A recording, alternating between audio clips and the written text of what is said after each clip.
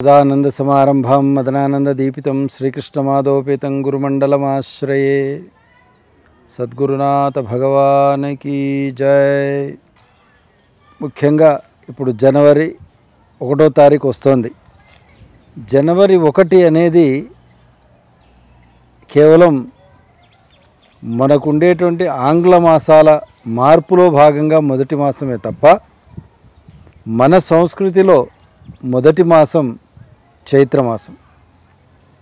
ఆంగ్ల సంవత్సరాదిని ఎంత ఉత్సాహంగా జరుపుకుంటామో, ఎంత కోలాహలంగా దీని విషయంలో ఎగబడి మనం కార్యక్రమాలు చేస్తాము. ఉగాది అప్పుడు ఆ యొక్క కోలాహలం కానీ, ఆ హడావిడి కానీ, ఆ శాంక్టిటీ కానీ మనలో లేకుండా పోతుంది. మామూలుగా చూస్తే ఇవాళ దేవాలయాల దగ్గర కానీ, పాఠశాలల్లో కానీ, ఇళ్ల ముందర కానీ నూతన సంవత్సరానికి స్వాగతం, నూతన సంవత్సర శుభాకాంక్షలు, ఇలా మనకు ప్రధానమైనటువంటి మన తెలుగు రాష్ట్రాల్లో ప్రధానమైనటువంటి తిరుపతి మొదలుకొని చిన్న చిన్న దేవాలయాల వరకు మనకు అక్కడ పెద్ద పెద్ద ఫ్లెక్సీలు కానీ, హోర్డింగులు కానీ, లేదా దేవాలయాన్ని అలంకరించడం కానీ జనవరి 1 తేదీన చేస్తున్నాం. అదే మన హైందవ సాంప్రదాయంలో మన నూతన సంవత్సరమైనటువంటి చైత్ర శుద్ధ పాడ్యమిని, ఉగాదిని మనం ఎవరో అంతగా పట్టించుకోవట్లేదు, పాటించట్లేదు. దీనికి కారణం అనేక రకాలైనటువంటి విదేశీ సంస్కృతి సాంప్రదాయాల వ్యామోహంలో మనం పడిపోవడమే. విదేశాల్లో వాళ్ళు అట్లా ఉన్నారు కాబట్టి మనం కూడా ఇట్లా ఉండాలి. వాడు ఈ మాట మాట్లాడుతున్నాడు కాబట్టి మనం ఈ మాటలు మాట్లాడాలి. వాడు ఈ దుస్తులు ధరిస్తున్నాడు కాబట్టి మనం ఈ దుస్తులు ధరించాలి. 31వ తారీఖు అర్ధరాత్రి 1 గంటకు వాడు పటాకులు కాలుస్తాడు కాబట్టి మనం కూడా పటాకులు కాల్చాలి. వాడు తాగి తందనాలు ఆడతాడు కాబట్టి మనం కూడా ఆడాలి. ఇదంతా కూడా అనూచానంగా మన పెద్దల నుంచి, వాళ్ళ పెద్దల నుంచి మన సంస్కృతిలో అలవాటు పడిపోయినటువంటి విషయం. కానీ మన ధర్మం ఏం చెప్తోంది?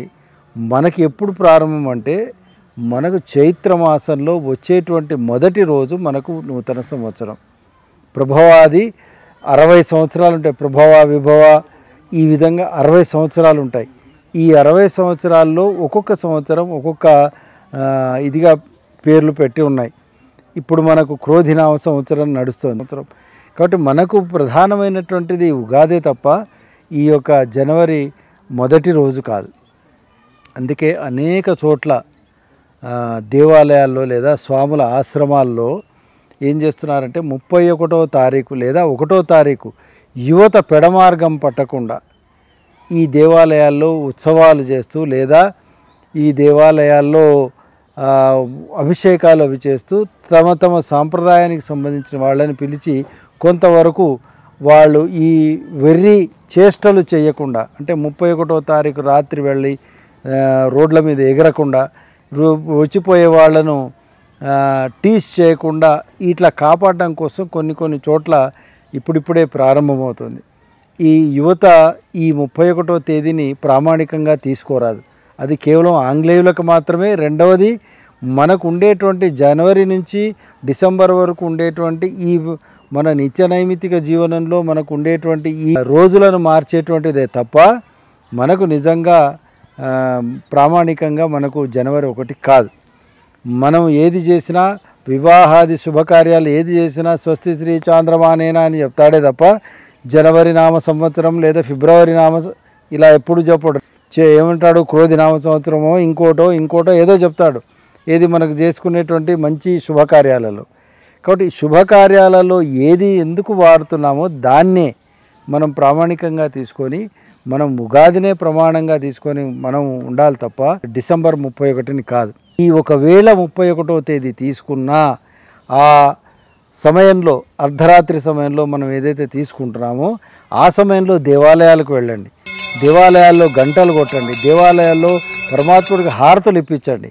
ఆ విధంగా మీరు యూత్ అంతా కూడా అటువైపు మార్గం మళ్ళాలి. కానీ వెర్రిమరి చేష్టలు చేస్తూ వచ్చిపోయే వాళ్ళని మార్గంలో ఆపుతూ వాళ్ళని హేళన చేస్తూ వాళ్ళ యొక్క పనులను డిస్టర్బ్ చేస్తూ పూర్తిగా వాతావరణాన్ని లోలంగా కలుషితంగా తయారు చేస్తున్నారు. కాబట్టి ఈ కలుషితమైనటువంటి వాతావరణంలోంచి యువత బయటికి రావాలి. మన ధర్మం ఏం చెప్తుందో దాన్నే మనం పాటించాలి. మన ధర్మం ఏం చెప్తుంది, చైత్రమాసమే నీకు ఉగాదిరా నాయన అని చెప్తుంది. కాబట్టి చైత్రం నుంచే ఉగాది పాటిద్దాం. చైత్ర శుద్ధ ప్రతిపద రోజు అంటే ఉగాది రోజు మాత్రమే జరుగుతుంది.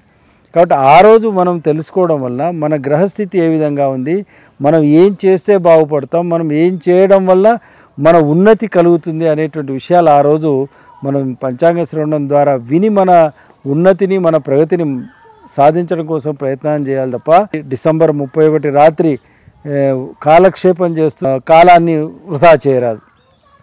దీని తర్వాత 1వ తేదీ నాడు ఏదైతే చైత్రమాసంలో వచ్చేటువంటి మొదటి రోజు ఉగాది రోజున దేవాలయాల్లో విశేషంగా పూజలు నిర్వహించడం, మన బంధువులందరినీ కలవడం, ఆప్యాయతలన్నీ ఆ రోజే చూపెట్టాలి తప్ప డిసెంబర్ 31 నాడు వచ్చిపోయే వాళ్ళని ఆపి వాళ్ళని ఆలింగనం చేసుకొని బలవంతంగా ఆపి వాళ్ళను డిస్టర్బ్ చేయకుండా ఏదైతే చైత్రమాసంలో వచ్చేట మొదటి రోజు ఉగాది ఉందో ఆ రోజు మన బంధువుల్ని కలవాలి.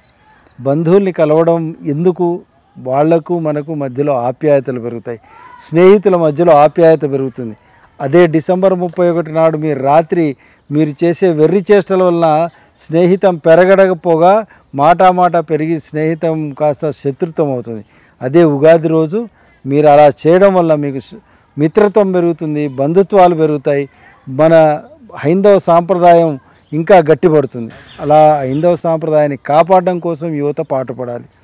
అదేవిధంగా యువత పొద్దునే లేవగానే మామూలుగా కొంతమంది 8 గంటలకు 9 గంటలకు లేచి అప్పుడు బ్రష్ చేస్తూ కనబడతారు. మేము బయట వెళ్ళి తిరుగుతున్నప్పుడు రోడ్ల మీద అప్పుడప్పుడు బ్రష్ చేస్తూ ఉంటారు. యువత మేలుకో అని వివేకానంద చెప్పారు.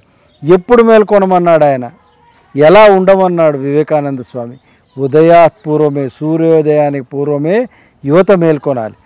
ఏ యువత అయితే సూర్యోదయానికి ముందుగా మేల్కొంటుందో, ఏ యువత అయితే సూర్యోదయానికి ముందు లేచి తన నిత్యకృత్యాలను తీర్చుకొని పరమాత్మ వైపు దృష్టిని సారిస్తుందో ఆ దేశం బాగుపడుతుందని చెప్పాడు స్వామి వివేకానంద. అటువంటి సూక్తులను మనం పాటిస్తూ మనం ఉదయాన్నే లేవాలి. సూర్యోదయాత్ పూర్వం లేచి మనం పరమాత్ముడి కోసం ఒక 5 నిమిషాల పాటు కళ్ళు మూసుకొని ధ్యానం చేయాలి. నువ్వు ఏ మంత్రము ఏ తంత్రము అవసరం లేదు, కళ్ళు మూసుకొని కూర్చోవడమే. దాని ద్వారా మనస్సు శాంతి కలుగుతుంది, మనస్సు ద్వారా ఆత్మశుద్ధి కలుగుతుంది, ఆత్మ ద్వారా మనకు పరమాత్మను చేరేటువంటి అవకాశం వస్తుంది.